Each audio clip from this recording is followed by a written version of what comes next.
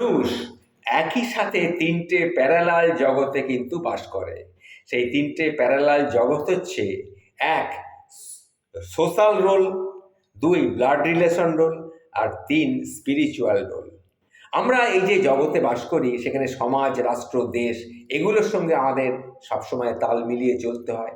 সদস্য হিসেবে কিছু কিছু দায়িত্ব পালন করতে হয়, এটাকে বলে সোশ্যাল রোল।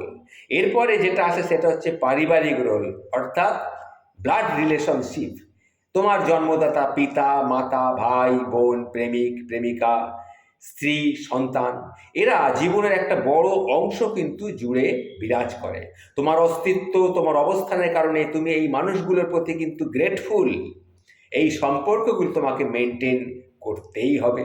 তোমার চাকরি, তোমার ব্যবসা, তোমার লেখাপড়া সবই এই ফ্যামিলি ওয়ার্ল্ডের বিভিন্ন চাহিদার সঙ্গে কিন্তু ইন্টার কানেক্টেড।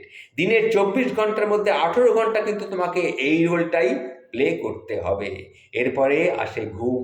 এই ঘুমটাই হচ্ছে গিয়ে আমাদের স্পিরিচুয়াল সোল, স্পিরিচুয়াল জগৎ। এই ঘুমানোর আগে অবধি আমরা যেখানে ছিলাম সেটা হচ্ছে আমাদের পারিবারিক জগৎ, তারপরেই আমাদের ঘুম। এবার সেই সময় যদি ঘুমানোর আগে তুমি যদি স্পিরিচুয়াল ওয়ার্ল্ডে প্রবেশ করতে চাও, তাহলে তুমি তার সঙ্গী হতে পারবে। সেটা তোমার নিজস্বতার ওপর নির্ভর করছে।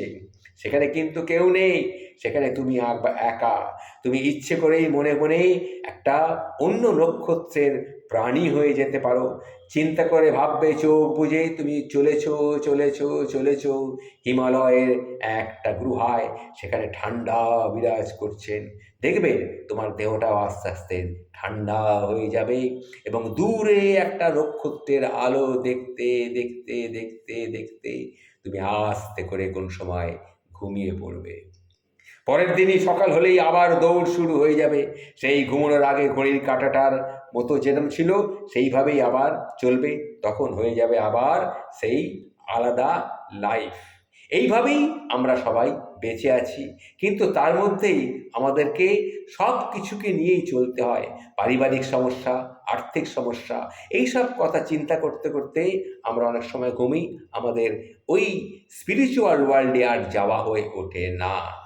যাই হোক, এইভাবেই আমরা কিন্তু চলেছি।